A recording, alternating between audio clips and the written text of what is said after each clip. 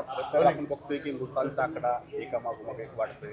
आता जवळपास 22 मृत्यू दोन्ही शहरामध्ये नोंद झाल्याचं दिसतंय. अवघ्या 6,500 म्हणजे 6,600 रुपयांसाठी हा सगळा जो आहे तो योगेश वानखेडे घातलाय. काय सांगाल तुम्ही यामध्ये? कारण खूप धक्कादायक बाब आहे. एवढ्याशा रुपयांसाठी जर जीव घेतले जातात. वास्तविक बघितलं तर हा जो व्यवसाय आहे या ठिकाणी बऱ्याच दिवसापासून ज्याच्यामार्फत चालवला जातो त्याच्यामार्फत या ठिकाणी चालवलं आहे.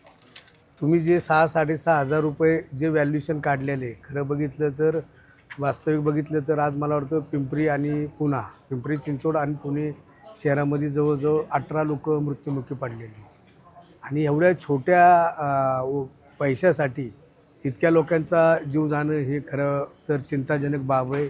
आणि हा जो प्रकार घडलेला आहे हा अतिशय गंभीर प्रकार आहे. या प्रकरणाची सखोल चौकशी झाली पाहिजे असं मी राज्याचे मुख्यमंत्री आदरणीय देवेंद्रजी फडणवीस गृह खातं त्यांच्याकडे माझा विश्वास आहे की ह्या घटनेची सखोल चौकशी केली जाईल आणि खऱ्या अर्थाने ही जी दारू ज्या ठिकाणापासून आणली जाते आणि ज्या ठिकाणी ती विकली जाते म्हणजे मूळ कुठून ही दारू उपलब्ध होती, कुणामार्फत या ठिकाणी विकली जाते त्यांच्यावर कठोरात कठोर कारवाई केली जाईल असा माझा ठाम विश्वास आहे.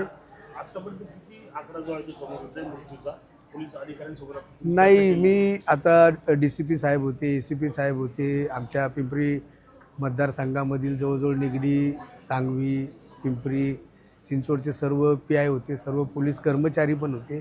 त्यांच्यासंगती आता सविस्तर चर्चा केल्यानंतर अंदाजे एक 17 ते 18 लोकांची फिगर म्हणजे आकडा या ठिकाणी मृत्युमुखी पडलेल्यांचा उपलब्ध होतो आणि जवळ 5 ते 6 जण अजून YCM हॉस्पिटलमध्ये 4 जण आणि प्रायव्हेट हॉस्पिटलमध्ये 2 जण, एक 6 ते 7 जणांचे उपचार या ठिकाणी चालू आहे. दारू अड्डे सगळे उद्ध्वस्त व्हावेत म्हणून आपण काय पाठपुरावा करणार आहात का? पोलिसांना त्या सूचना दिल्या आहेत का? हप्तेखोरीसाठी जे काही सगळं मी खरं बघितलं तर पोलीस कमिशनर, आता DCP, ACP, पिंपरी चिंचवडचे विविध भागातील PI लोक माझं सक्त निर्देश असे असणार आहेत की जेणेकरून हा जो गंभीर प्रकार घडलेला आहे आणि फ्युचरमध्ये किंवा भविष्यकाळामध्ये हा प्रकार घडू नये म्हणून कठोरात कठोर कारवाई केली जावी आणि त्याच पद्धतीने जे आमचे उत्पादन शुल्कचे जे एक्साईजचे जे आमच्या ऑफिसर असेल त्यांनाही आपण ह्या सूचना देण्यात आलेल्या आहेत. फक्त तो योगेश वानखेडेच याला जबाबदार आहे का? कारण